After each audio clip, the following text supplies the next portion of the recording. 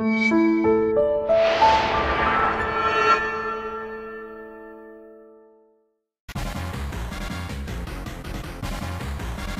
everyone, and welcome back finally to the Bat Chat. I'm Captain Logan, and joining me for the first time in a good long time, it's DanzNewz. It's been a bit. Hey, how y'all doing? Hey Dan, thanks for coming back, buddy. Oh yeah, always. Dan is going to join me for, well, I was going to say the foreseeable future, hopefully, at the very least, going all the way through the rest of Batman the Animated Series. Dan was doing this series with me at the beginning, and he and I and Steve were doing the show, and Steve's not with us anymore, and I've been looking for another co-host, and finally I was like, I'm an idiot, I should just go back and ask Dan, and see if he wants to come back. I used to be a fair bit busier, and now I have a little bit more time on my hands, and so totally excited to go through this. I've been watching a little bit of the animated series recently, so been excited to go back through more. Yeah, it's a big deal to have you back, buddy. Hell yeah, excited. Especially doing something regular, because we did Gotham for a while, and we did that for a while, but it was only a few episodes, and hopefully, cross our fingers, we'll have you for a significant number of weeks getting through the rest of Batman the Animated Series, and who knows, if this goes well and we have the time, we may go on to another series, as I had always intended. This is going to be weird, because we have one more episode left at the end of Season 2. Yeah. And then Dan and I are going to go through all of Season 3. So today, we're going to be tackling the, what I think a lot of people's favorite episode, and a real classic, Harley and Ivy. Yeah, when you had said we were watching this one, I was kind of excited, because this is definitely one I remember watching. Not too far after release. It was certainly one I watched in the 90s. Yeah. And obviously, really influential episode. This is a thing that we've continued to do since then, Harley and Ivy, and then, of course, Catwoman doing the Gotham City Sirens in the comics. That has continued to be a big deal. I guess if Warner actually makes that film, because I don't know how many of the films they're talking about are really going to actually get made, but if that actually happens, we might even get a big-budget live-action film that would not exist if it wasn't for this. And obviously, everything Harley Quinn, can't exist if it's not for this show. Oh yeah, no, I'm excited for it. So is the Joker and Harley movie separate, or is it Gotham? Did they switch it around, or I'm so confused with that slate at this point. I'm confused about that too. I think those are supposed to be separate movies. Yeah, but I'm also not sure where that fits with Suicide Squad 2. I don't know if at this point I'm not sure if there's 3 movies or 2 movies. I'm a little bit confused about that. And then of course, the Elseworlds Joker origin film is a completely separate other thing. I'm just glad we have a Batman cinematic universe. That's all I can say. I'm excited about the potential for other movies that don't have to have anything to do with those. Yeah, that's true. But anyway, so let's go ahead and just get right into this. If you haven't joined us on Bat Chat before, what we're going to do is Dan and I are going to watch the episode and talk about it as we're watching. So we're going to discuss it some, we're going to riff it some, and if you want to watch it along with us, get your DVDs or go to, and I think the Blu-rays finally for this show just came out.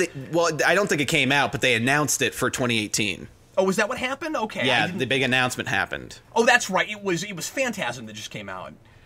Yes, and Mask of the Phantasm did come out on Blu-ray, yes. With no special features, which is really unfortunate. But anyway. Probably not too surprising. They probably didn't have a lot of B-roll going on with the making of that film. You'd imagine, maybe not? Yeah. Well, yeah, but, I mean, regardless of B-roll, you'd think at least maybe Bruce Timm would come back and do a commentary. Yeah, something. Considering how beloved that movie is. I just feel like this is a completely different topic for another time, but I just feel like special features are kind of going by the wayside a little bit, and they're working on less promotional, like actual bonus material that's worth watching sometimes. The Dark Knight is one of the scampiest Blu-rays for special features. It hardly has any actual like footage of behind the scenes stuff. Like that's true, but that's a separate issue. That was 10 years ago when behind the scenes stuff on DVDs was still bigger than it is now. That has a lot more to do with Nolan and his not really wanting to say too much about the projects he works on. I don't know. I feel like I've seen other of his films, like particularly his follow-up to that, Inception, had mounds and mounds and mountains of footage. It seemed that they did a lot to kind of promote that side of the film, the making of it. Well, and they did a lot of footage with Rises too. Like there's quite a bit of special features on that movie, but he doesn't like to do commentaries and stuff. Yeah. So I don't remember honestly how much behind the scenes stuff there is on Dark Knight. Not much. And it's mostly stills and stuff and voiceover. It's not really like direct interviews sometimes. It's direct interviews, but it's not footage of interviews. It's like audio for some reason. And it'll often have pictures and it'll say voice of Christopher Nolan. And it's just like, well, that's kind of weird. That's weird, yeah. But you'd imagine maybe a lot of that stuff was sealed because of Heath Ledger's passing. And maybe you'd imagine that might be some of it out of respect for him. But it's just unfortunate because that's one of the seminal comic book important films. And it's the least, I feel like, documented behind the scenes wise. I'm just saying I don't think that has anything to do with people's lack of interest with special features, given how much was on Rises. Yeah. No, I don't feel either, but I just feel like that's not my initial citing point. It's just sad to see that there's a lack of special features there. It's just nowadays I feel like they're not as good as they used to be. With a lot of things, yeah. It's weird because there's tons with Marvel's films. Oh, yeah. But Hellboy had that 3-disc, Hellboy had... Guillermo del Toro's morning vlogs. It had everything. It had all the B-roll. It has like 3 commentary tracks or something. It's it's a lot. Anyway, we're getting far off. That was a 1.5-minute discussion after just my saying, "Get out your DVDs." I've been gone off this channel for a year or so since we Arkham Knight. So Dan and I are just having to relearn how to have conversations again. Yeah, we'll get there. So anyway, if you want to watch it with us, get out your DVDs or go to Amazon Prime. You can watch it for free there, or for free with a membership. With a membership. And get ready to press play whenever I say now. If you're not watching it, Dan and I will do our level best to give you some context for what we're talking about. But again, we'll probably do a little bit of riffing here and there, so this will be more watchable or listenable, I should say, if you're watching the show along with us. But we'll do our best to make this as podcast worthy as we can. Dan, are you ready, sir? I am ready. All right, here we go. Everybody, please press play right now. Here we go. We're in. So Amazon, Steve and I used to talk about this a lot. In first season, has this irritating kind of like intro roulette thing. I don't know if you remember that, but it might play the Batman Superman intro. Yes, sometimes it would be this intro, and sometimes it would be that one. Yeah. And by this point, I don't know if it wasn't until season 3 or if it was by now, but I don't know if this was the intro actually that we had with this show at that point, or if they had already gone to the Adventures of Batman and Robin intro. I'm not sure where that happens, but maybe that is post Batgirl. I just can't remember. If anybody knows, leave a comment because I've been trying to remember that. I guess I could go to my DVDs and check. But with Amazon, by season 2, it's all the original intro, and they stop going back and forth, and I don't know why that is. That's really strange. I don't know the case for that. The curious case of the mysterious intro. It's been a bit since I've done one of these, but I love that they do the individual title cards at the intro to every episode. I mean, that's a tradition going along with cartoons for a while, but... Yeah, and I miss them by season 4. I wish that was the thing they hadn't dropped. Do they drop them? I didn't realize. Yeah, once they get to New Adventures, they drop it. See, I feel like I kind of fell off. I watched plenty of New Adventures, but I feel like that's kind of around where I didn't age out of the series. But by the time they started the Batman, I was kind of checked out of watching the cartoons. Unfortunately, I don't know why. Yeah, I did the same thing, and hadn't watched all of that season until I finally bought it a few years ago. And I mentioned earlier, we're going to get into season 3, and maybe we'll do another show. I wasn't even thinking about 4. We'll do those 2. So that'll be interesting because that'll be a thing you and I don't know that well. That's true. Do you think they took inspiration from the scene for Suicide Squad? I don't know. I hadn't thought of that. That's the first thing I thought when we were prepping to watch these episodes beforehand. This reminds me so much of Suicide Squad for some reason. That scene when Batman's chasing them. Maybe so. I mean, you have car chase is a pretty standard thing. It's a time old tradition. But it's just literally Harley and Joker being chased by Batman, and it's not the main this story. It's particularly not a story about Batman. It's just how they feature him in the story. It just seems very similar, somewhat. But I mean, Batman's featured later in the. But it's kind of fun as sort of a character piece for Harley Quinn in that the one thing she and Batman have in common is that they're both super stubborn about their psychological hang-ups and refuse to change. That's true. Bang it's the gun. one thing they have in common. I have that as my tattoo, the bang gun. Do you really? Yeah. How many tattoos do you have? Same amount that I had last time that we've talked. It's just Batman on my bicep and Joker down on my forearm, aiming up towards him with the bang gun. You know, if she hadn't handed him the wrong gun, we wouldn't have an episode, Dan. That's true. This would all be over. But do you think she maybe did it intentionally? No. I don't think so. No, I don't. General incompetence. I don't think she did. Yeah, I don't think she cares that much about what happens to Batman. Pretty sure the motivation here is not, oh no, what's going to happen to Batman? I like this Joker car a lot. It's a cool one. I kind of wish it came back. It's classic, like all the cars in this show. Oh, if Batman had a dime for every time the car was hanging off a bridge. Oh. How does Joker get this stuff made? He's got this big, giant, like face throne. Where do you think? How do you think the plan went with stealing the hyenas from the zoo? Gosh, he does it. Yeah, there's a lot of design going on in his place. He must sculpt. Yeah, and you know, I hadn't thought of this until just now, but I wonder if he just keeps changing his different hideouts because he has to constantly go to different places, or if it's like Batman with the Batcave, where just whoever's working on the show has decided to completely overhaul it. Yeah, I don't know. You'd imagine he'd have to keep finding different. I mean, they do go to different places usually, right? Usually, that's different. That's true. I mean, a lot of them look, you know, kind of. But I imagine that's locales. But I'm sure that's different places. Yeah. I'm sure that's a attractive aspect of the Joker, though, is that you kind of get to redesign his place or add different flares for his moods, his many different moods. God, that's creepy. I think this might be our first stand-up nightclub. Hideout? Yeah.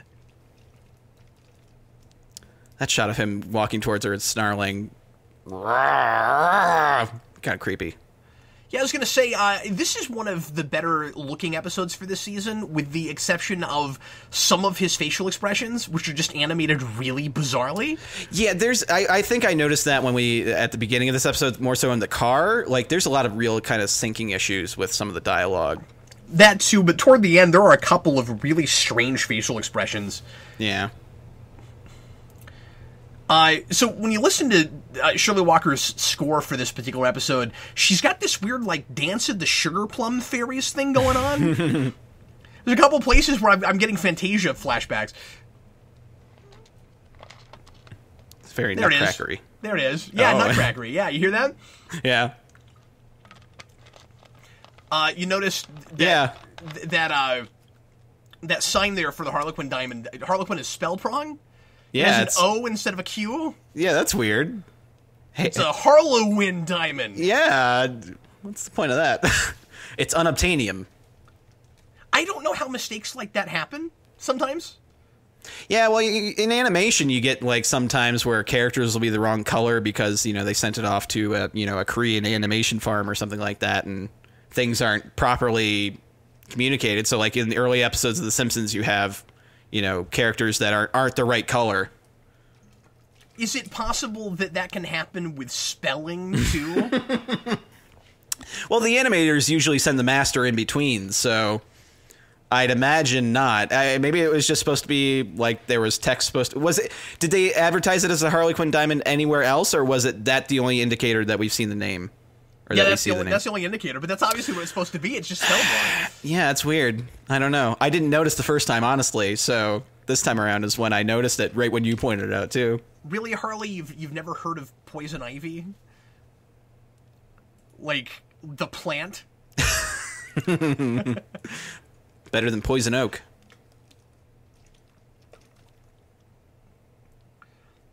I would love a male counterpart to poison ivy called Poison Oak and Poison Oak, and he's the Harley Quinn to her Joker. That's really funny. She's just always putting him down, and he's completely enamored with her. Yeah, because she keeps watering him. That sounds hilarious. It's really funny because I don't know how this is going to work. I don't understand how she thought that was going to work and not have acid blow up in her face. You know, she just takes those kinds of risks because she's used to working with a lunatic. Well, she's corked the gun before. I think Deanie gets a lot of credit for even thinking to put these two characters together, and after you have it, and we do it so much, I think you just kind of take it for granted. Like, these characters just go together. Oh, yeah, they're so great. They're Bonnie and Clyde, literally. I mean, there's pretty direct parallels in this, but... Absolutely, somewhat. Sure. But, yeah, and they were all the rage. I mean, it was the early 90s, so... Your kind of anti-buddy cop thing. Yeah. But I just felt like watching, particularly this episode and some episodes that we'll be doing in the future, like I feel like the message is so, even today works so well, like just in general, not the message, but, you know, it's just nice seeing female characters out in the forefront and actually being given real things to do and real motivations. And Harley Quinn, as a character who was added to this series, like created from this series, is just... I like you said, the fact that they've done so many stories with Harley and Poison Ivy and just in general, the character is just so well lasted through time. It's crazy.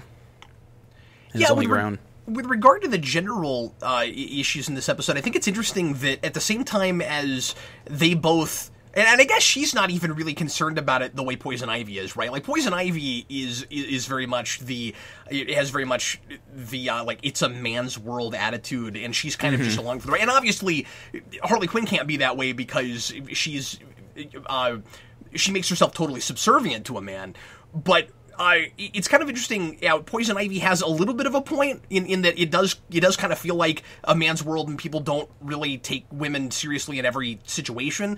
But at the same time, she takes total advantage of that. And when you get to Batman, it's real neutral. Like, I don't think she's right when she says that Batman doesn't expect them to be a threat because they're just a couple of little girls. I think she projects that on him. Oh yeah, no, Batman seems to take it pretty seriously. I can't believe nobody's doing anything right now. Like, they're all just sitting there waiting this happen. Yeah. Is that Charlie Rose back there? When you get one look... What's that? It looks like Charlie Rose behind Harley Quinn, but it covered him up. When you get one look at Harley Quinn, you should be running screaming because the Joker might not be far behind him. At this point, they would know that. Yeah, well, this is Gotham City, and two dressed-up people walked in, let alone Poison Ivy, who's already famous. Yep, or should be true. Infamous. No, that's a good point. You see anybody in a mask, you run. Yeah, why would you just sit there and let it, like, oh, this is preposterous, but this is Gotham. Everything will work out. Yes, quiet. Yeah, these guys are idiots that they're that worried about women walking in on their men's club that it doesn't even occur to them what they're wearing and the fact that they're putting, like, strange plants on the ground. We're worried, but we're not prepared to do anything about it. I always loved the 1940s Tommy guns. Yeah. I mean, there's so much in this. No. There's so much in the show. There's so many, like, Indiana Jones-ish elements to this show. Yeah. As far as style goes. I mean, but it's kind of going off of, like, movie serials and stuff like that a little bit as far as inspiration. So, I mean, they're kind of sourcing the same inspirations. Okay, so can I talk about something insanely minor? Go for it. I want to talk about the anti-Batman magnet. She puts a magnet on the fridge that's a bat symbol with a slash through it, and my first thought was, really? That's a thing that exists? And then I thought, no, in this city, I totally buy that. Yeah, of course. She bought it at the corner shop. I love that. I don't think putting the Joker's face in front of the plate is necessary. I think we all I thought the exact same thing. Going on there. Yeah. It was like they don't need to flash it in. A couple scenes ago, you saw Poison Ivy inject Harley with something so that she doesn't get affected by the poison here. Because, of course, Poison Ivy is immune to the toxins of where they are, and they're at, like, a toxic dumping ground or something. Apparently, that is supposed to be the explanation later on for every time Harley falls from a great height and doesn't get hurt.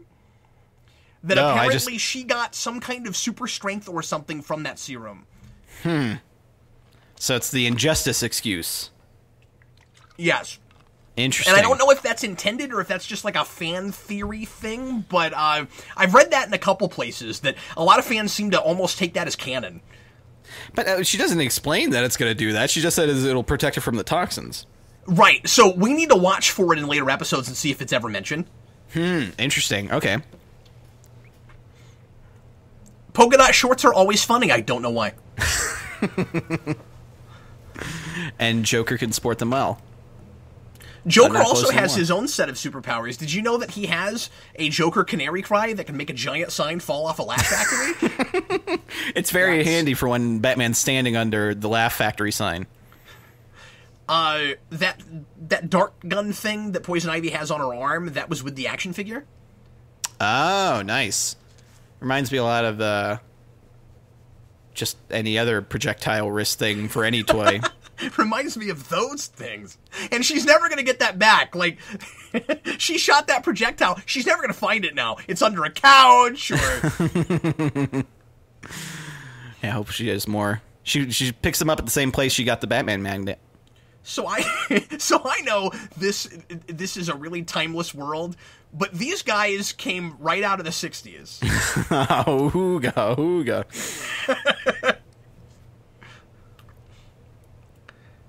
One of these guys is Bruce Timm. Guy on the right, redhead.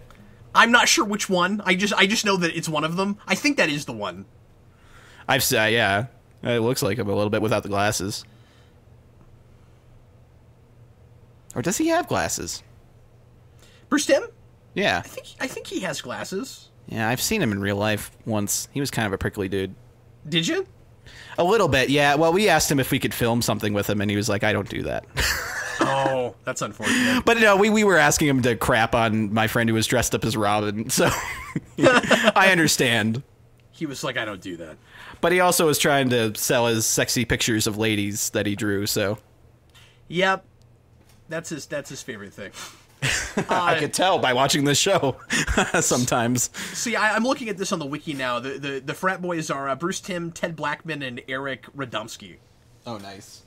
It's always fun when you get little animation cameos. Yep. But happens more often than you would think, just because who else are you going to draw for background characters? Well, and I mean, those were, the voices, and it's nice to do that because... Then, they did the voices? I didn't realize that. Yeah, they did the voices, yeah.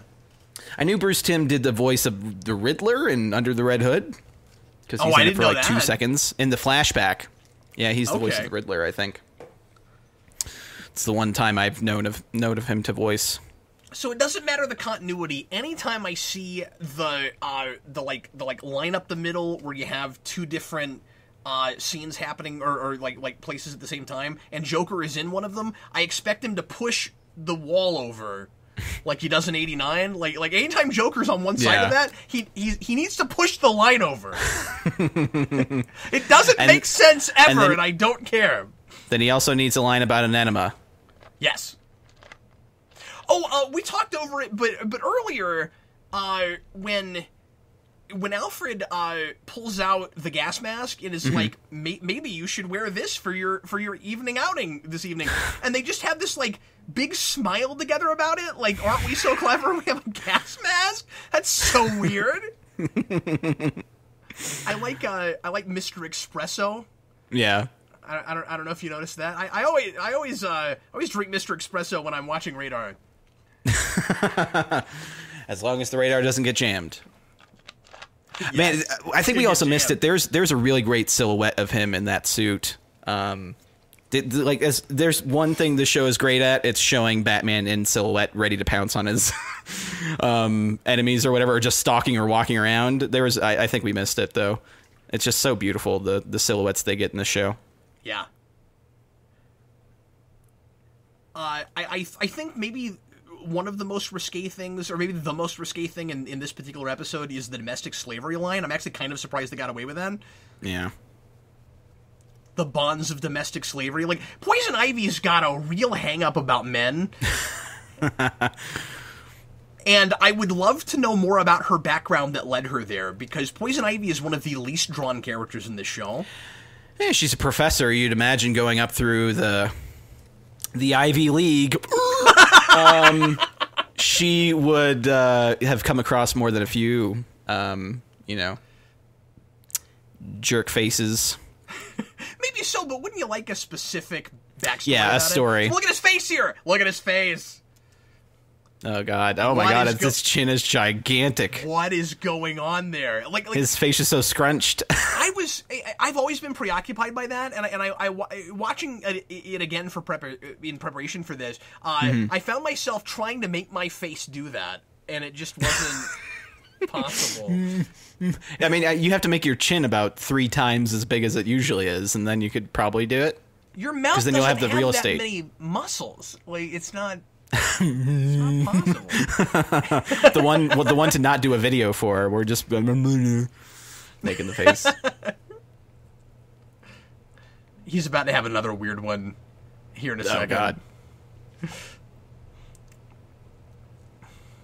Yeah, here it comes. There it is. That is so.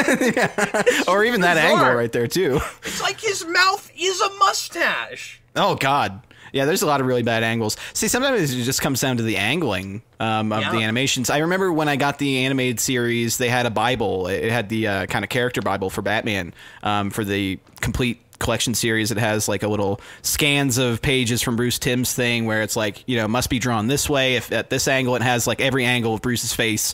And one of the things says, you know, one of the notes was like, try not to do like an upward angle looking towards his nose from like him looking up or something like that. And so there's like little character Bible notes that I wonder how often they kind of stick with sometimes. Because every once in a while you get an angle that's just a little wonky and it's like, oh, that looks weird. Yeah. I need to get that book. I've never gotten to look at that. Yeah, it's just a little book that comes with the DVDs. It's neat. It's really neat. Little look inside the production. Yeah, because I don't have that big set. I thought you were there's another big animation book. I thought that's what you were talking about for a second. Oh no, it's the complete series Batman TAS thing. I've got that for Batman Beyond, but I didn't get it for that. I bought these in seasons. Yeah. Yeah, I bought the collection, and I have Beyond as well. I want to get the Blu-ray, but I don't know. It depends on the pricing for it. So this is one of those situations where I don't know if Joker did this on purpose, and that's kind of fun. Yeah, and set everything off. Because he just keeps firing, and Batman's like, "Don't do that! You're gonna kill us all." And then he goes, "Oops! Don't be me." And we talked over it, but a minute ago, Batman is standing really dramatically on one of those houses waiting to pounce. And I don't know if that's as funny to you as it is to me, but something about Batman on like doing the same pose he would on a roof, like stories up in the air, just like 8 feet off the ground. He was ready. He's always ready. He's the Batman, no matter the size. That shot right there with all the fire around them as he's jumping in the car and how it's really hazy, I love that. Yeah, the transparency of it. Well, just that it's because of the fumes. It's supposed to look kind of hazy, like you're looking through gasoline. Yeah. I like that a lot, and it's kind of that Vaseline on the lens thing that I'm always complaining about with the new direct-to-video animated movies that all look like that. Like that one shot, it makes a lot of sense to have that, but those new movies, it's like somebody streaked something on the lens. Every shot, yeah. It drives me insane.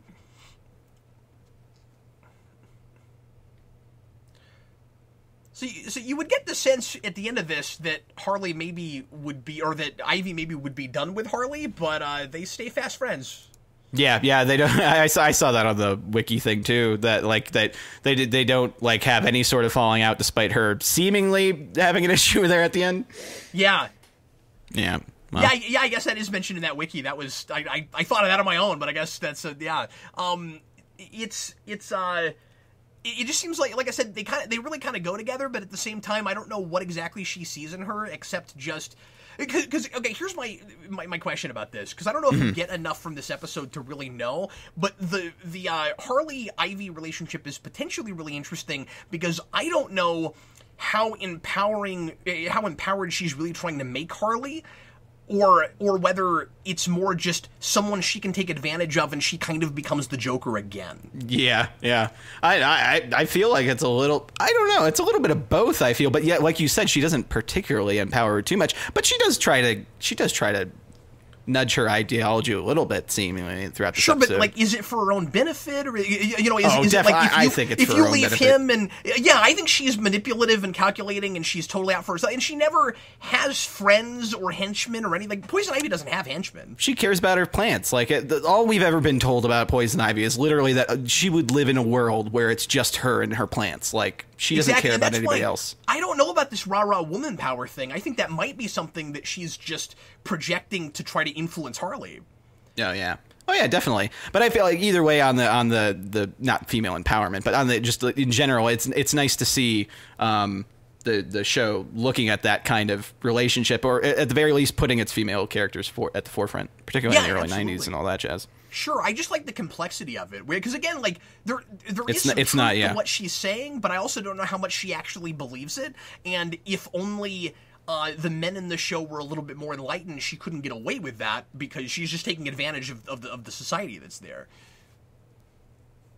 I agree. So yeah, that's kind of fun. That's thematically, that's about all I'm able to take from it.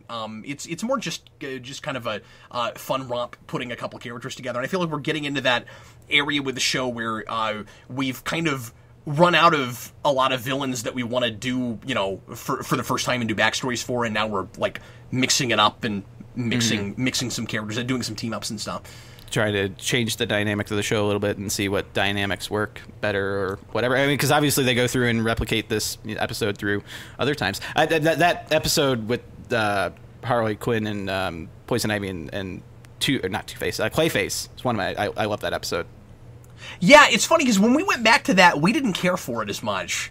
Oh, really? Like, I love what that episode looks like, but it's real problematic and doesn't make a lot of sense. Yeah. I haven't. It's been a while. I was a kid, so. Steve was real down on it, and I was like, no, I remember loving that, and then I went and watched it with him, and I was like, yeah, maybe you're right. It's not great, and I miss the Cap Steve Dan dynamic because I felt like I could change y'all's opinions on some things sometimes. I feel like I could get you guys to come around a little bit more. We'll see if that happens some as we're moving along with either of us. Yeah, I'll simple you guys down real good. Well, anyway, everybody, thanks as always for listening. We sure appreciate it. And Dan and I are going to be back next week with another one. We're going to put these out weekly as much as humanly possible. And the next one is going to be the first episode of Season 3, which is Shadow of the Bat. And that is... Two-parter. A two-parter, and I think we are going to go ahead and split it up, though, into two different weeks. And we'll do the first part and then the second part. But yeah, it is a two-parter, and it's the Batgirl introduction. So look forward to that. I think there's going to be some pretty cool stuff to sink our teeth into there. Their take on her, I always appreciated, and I always not to review it before we talk about it, but just a quick sneak preview, I guess. But the thing, Dan, I always really appreciated about the way they introduce her is that they give her a real reason to get in the suit in the first place. Yeah, I don't know. You know, surprisingly enough, I don't know if I ever saw this episode before doing this. I don't remember it. I don't recall much of this episode, so I'm excited to go back and talk about it some more because I think pretty sure this is my first introduction to it. I don't remember it really at all, so I'm excited. That'll be fun. Okay, well, thanks again for watching, folks. We sure appreciate it. I am Captain Logan. I'm DanzNewz. See you later, folks. Bye.